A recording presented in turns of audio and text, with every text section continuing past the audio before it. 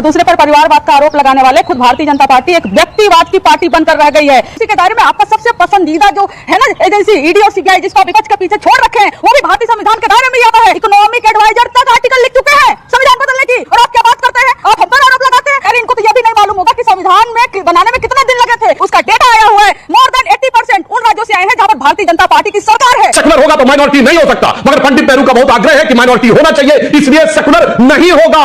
ये बाबा साहब अंबेडकर की फाइटिंग है। मुसलमानों को अलग पहचान चाहिए, मुसलमानों को अलग स्थान चाहिए, मुसलमानों को अलग चुनाव चाहिए। तो सरदार पटेल ने कहा, अरे सर तो आपको नहीं आती, और आज आप बैठकर संविधान पर ज्ञान बांट रहे हैं। तो जी ज्यादा जोश में मत आइए। नमस्कार दोस्तों, टॉप डिबेट के एक और वीडियो में आपका बहुत बहुत स्वागत है। 1956 में जब राज प्रमुख का पद खत्म किया था, नेहरू जी ने कहा था कि संविधान पत्थर का नहीं है जिसे बदला न जा सके। ये बात इन छोटे छोटे नेताओं को पता नहीं है, इतिहास ही पता नहीं है उनको, इसलिए वो चिल्ला रहे हैं कि भाई मोदी जी या बीजेपी आ जाएंगे तो वो संविधान बदल देंगे। संविधान हमेशा से बदला गया है ज़रूरत के हिसाब से, और आगे भी बदला जाएगा। जब ज़रूरत लगेगी उसके हिसाब से उसको अमेंड किया जाएगा। उसके हर एक कानून को जब ज़रूरत लगेगी तो उससे बदला जाएगा, और ऐसा होता रहेगा हमेशा। जवाहरलाल नेहरू ने किया, इंदिरा गांधी ने किया, राजीव गांधी ने भी किया, और उसके बाद की जो कांग्रेस सरकार थी उन्होंने भी किया। बीच में अटल जी की सरकार थी, उन्होंने भी बदलाव किए। तो ये चीज़ें होती रहती है। अब जो छोटे छोटे लोग डिबेट में आ जाते हैं उन्हें तो पता ही नहीं है कि क्या करना है क्या नहीं करना है, इसलिए बस खाली चिल्लाए जा रहे हैं कि बस ये लोग संविधान बदल देंगे, संविधान बदल देंगे, संविधान बदल देंगे। लेकिन ऐसा कुछ होगा नहीं। ज़रूरत के हिसाब से जो जो अमेंड करने पड़ेंगे वो ज़रूर किए जाएंगे। Thank you. डिबेट बहुत मज़ेदार है, इसे देखें और आनंद लें। वीडियो को लाइक करें और चैनल को सब्सक्राइब जरूर करें। बहुत बहुत धन्यवाद। मिलते हैं अगले वीडियो में। अर्चना यादव, लालू यादव को क्यों बोलना पड़ा कि संविधान बदलने की कोशिश करेगा, देश की गरीब जनता उनकी आंख निकाल लेगी, लेकिन संविधान तो बदलने की बात भारतीय जनता पार्टी ने करी नहीं। प्रधानमंत्री ने तो उल्टा बोला कि संविधान है और हमेशा रहेगा, चाहे बाबा साहब भी उतर के अब नीचे आ जाए, संविधान नहीं बदला जा सकता। क्या आपको लगता नहीं है कि आप डर दिखाकर अपना गेम बनाना चाहते हैं, पॉलिटिकल गेम बनाना चाहते हैं? यह आरोप है। देखिए दूसरे पर परिवारवाद का आरोप लगाने वाले खुद भारतीय जनता पार्टी एक व्यक्तिवाद की पार्टी बनकर रह गई है। एक ही व्यक्ति का चलता है, मतलब दर्जनों नेता भारतीय जनता पार्टी के बोल चुके हैं। जो एक रील वाले राम है ना, वो भी बोल चुके हैं कि हम इसलिए हमें 400 पार दो क्योंकि हमें संविधान बदलना है, लेकिन उन पर ये कार्रवाई नहीं करेंगे। अरे हटा दीजिए उनको, क्यों दिया आपने उनको टिकट, क्यों लड़ा रहे हैं आप उनको, ये जानते हुए कि जो भारतीय संविधान है उसी के दायरे में इस देश का कोर्ट भी आता है। उसी के दायरे में आपका सबसे पसंदीदा जो है ना एजेंसी ईडी और सीबीआई, जिसको आप विपक्ष के पीछे छोड़ रखे हैं, वो भी भारतीय संविधान के दायरे में ही आता है। तो क्या आप ईडी, सीबीआई, कोर्ट सब कुछ खत्म करने की बात कर रहे हैं? अगर नहीं कर रहे हैं तो पीएम मोदी के चलते नहीं, बल्कि जितने भी लोग बोले हैं कि हम संविधान को खत्म कर देंगे, सबसे माफी मंगवाइए और सबको हटाइए, सबका कैंडिडेट कैंसिल करवाइए, लेकिन नहीं करवाएंगे क्योंकि आपकी मनसा है। मनसा इसलिए है क्योंकि अभी कुछ दिन पहले पीएम के इकोनॉमिक एडवाइजर तक आर्टिकल लिख चुके हैं संविधान बदलने की, और आप क्या बात करते हैं, आप हम पर आरोप लगाते हैं। आप ही के दर्जनों नेता, पीएम के एडवाइजर, सब कुछ हर कोई बोल चुका है संविधान खत्म करेंगे। तो उसी संविधान से जिससे पिछड़ों को, दलितों को, महिलाओं को, अल्पसंख्यकों को सबको राइट मिलता है,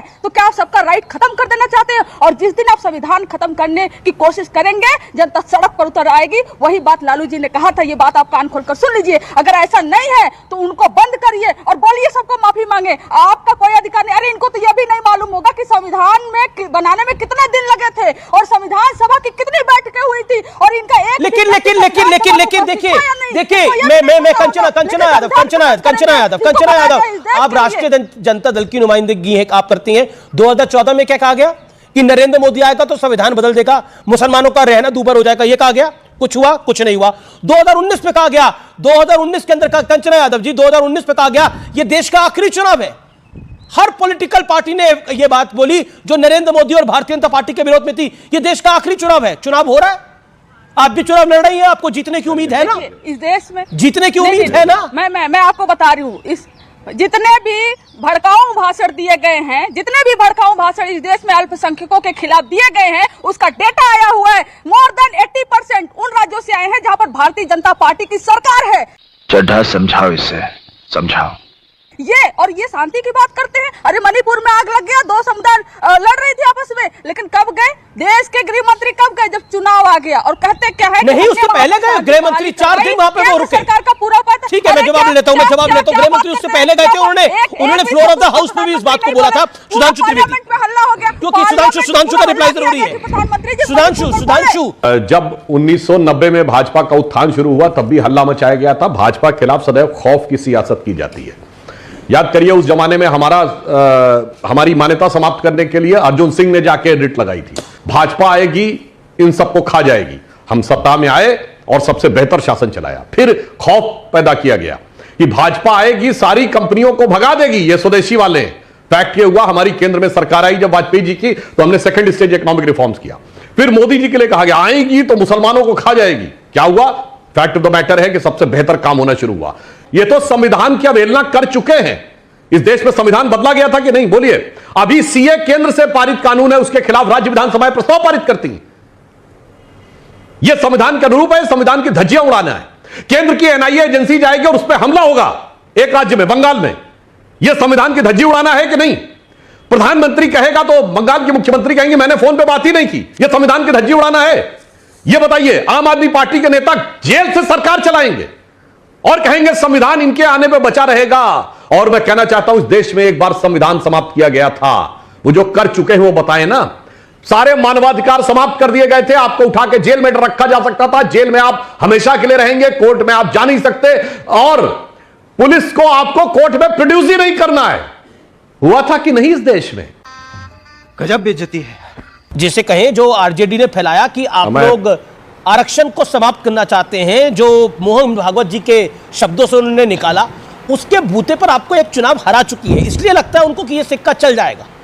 बाबा साहब अंबेडकर ने जब संविधान बनाया तो उन्होंने कहा संविधान की उद्देशिका यानी प्रस्तावना, प्रीएम्बल ऑफ द कॉन्स्टिट्यूशन संविधान की आत्मा है, इसे कभी नहीं बदला जा सकता। और संविधान की आत्मा बदली गई 42वें संविधान संशोधन में 1976 में सेकुलर सोशलिस्ट वर्ड डालकर। और आपको ना पता हो तो मैं बता दूं, सेकुलर वर्ड पे बहस हुई, इसको इनिशिएट करने वाले थे एचएन मुखर्जी, उस पर डिस्कशन करने वाले थे लोकनाथ मिश्रा और पंडित जवाहरलाल नेहरू। और बाबा साहब अंबेडकर ने कहा कि जो देश में माइनॉरिटी शब्द होगा तो सेकुलर नहीं हो सकता, सेकुलर होगा तो माइनॉरिटी नहीं हो सकता। मगर पंडित नेहरू का बहुत आग्रह है कि माइनॉरिटी होना चाहिए, इसलिए सेकुलर नहीं होगा। यह बाबा साहब अंबेडकर की फाइटिंग है, इसलिए। मगर बाबा साहब ने जिसको संविधान की आत्मा कहा था, वो आत्मा को काट कर 1976 में संविधान संशोधन करके शब्द डाला गया। दर्शकों से जाके चेक कर लीजिएगा प्रीएम्बल ऑफ द कॉन्स्टिट्यूशन किसके जमाने में बदला गया है। संविधान की मूल भावना कुचली गई है, जिसको बाबा साहब अंबेडकर ने आत्मा कहा। और संविधान सभा की प्रोसीडिंग जाके देख लीजिएगा, जो सारी बातें रिजेक्ट की गई उसके साथ। और आज मैं आपको बताना चाहता हूं, यह मुस्लिम लीग के साथ इन्होंने गठबंधन किया। 28 अगस्त 1947 की संविधान सभा की स्पीच जाके देख लीजिए, जिस समय मुस्लिम लीग के सदस्यों ने कहा मुसलमानों को अलग पहचान चाहिए, मुसलमानों को अलग स्थान चाहिए, मुसलमानों को अलग चुनाव चाहिए, तो सरदार पटेल ने कहा कि भारत में रहने वाले ज्यादातर मुसलमानों ने पाकिस्तान बनाने के लिए वोट किया है। एक रात में आपका दिल नहीं बदल गया, मगर अब जो हो गया सो हो गया। अब अलग पहचान, अलग चुनाव की बात मत करो। अब यह कहो देश के साथ कैसे एक साथ रह सकते हैं। 28 अगस्त 1947 सरदार पटेल का बयान, और यह मुस्लिम लीग के नेता मिर्जा सिराजुद्दीन के द्वारा। और वो मुस्लिम लीग के साथ आज गठबंधन में आके खड़े हुए हैं, संविधान की धज्जियां उड़ाने वाले लोग, संविधान की मूल भावना उड़ाने वाले लोग, जिनके राज के लिए कोर्ट ने कहा जंगल राज है। हमने नहीं कहा, कोर्ट ने कहा जंगल राज है। जिनके जमाने में क्या बिहार की स्थिति हुई, जिन्होंने देश में संविधान की क्या स्थिति की, वो आज आकर कहते हैं। और आज जिनके लोग कहते हैं दक्षिण भारत अलग हो जाना चाहिए, अरे शर्म आनी चाहिए। क्या बढ़िया था गुरु। अब बताइए। अंग्रेज, अरे शर्म तो आपको नहीं आती? अंग्रेजों के खिलाफ जब भारत छोड़ो आंदोलन चल रहा था, तो आपके लोग माफीनामा लिख रहे थे, और जब हमारे लोग जेल में थे तब आपके लोग माफीनामा लिख के बाहर थे। अरे श्यामा प्रसाद मुखर्जी जो जनसंघ के कौन जेल में था, नाम बताइए। मुस्लिम लीग के साथ मिलकर सिंध और बंगाल में, सिंध और बंगाल में उन्होंने सरकार चलाई थी, भूल गए क्या? अरे अंग्रेजों के साथ समझौता तो आपने किया था, हमारी तो कुर्बानियां हो रही थी, और आज आप बैठकर संविधान पर ज्ञान बांट रहे हैं, और आपके लोग कहते हैं कि हम संविधान बदल देंगे। अब तो प्रधानमंत्री एक शब्द भी नहीं बोलते। ठीक है, सुधांशु जवाब। जी ज्यादा जोश में मत आइए। मैं आपको कह रहा हूं कि 1942 में से लेकर 1931 से 47 तक कोई आंदोलन ही नहीं हुआ। और आप संविधान की बात करते हैं। जवाहरलाल नेहरू 2 सितंबर 1946 को जब प्रधानमंत्री बने अंतरिम सरकार के, जयवल ने शपथ दिलाई। किसकी शपथ ली थी?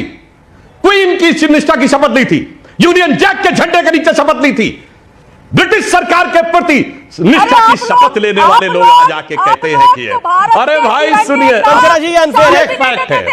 अरे भाई ये तो फैक्ट है, आप चिल्लाइए मत। अरे आप कहां थे? आपकी पार्टी 1990 में बनी है भाई। लालू यादव पार्टी बनी 1990 में, अब पता नहीं कहां 1942 का ज्ञान दे रहे भाई। मजा आया।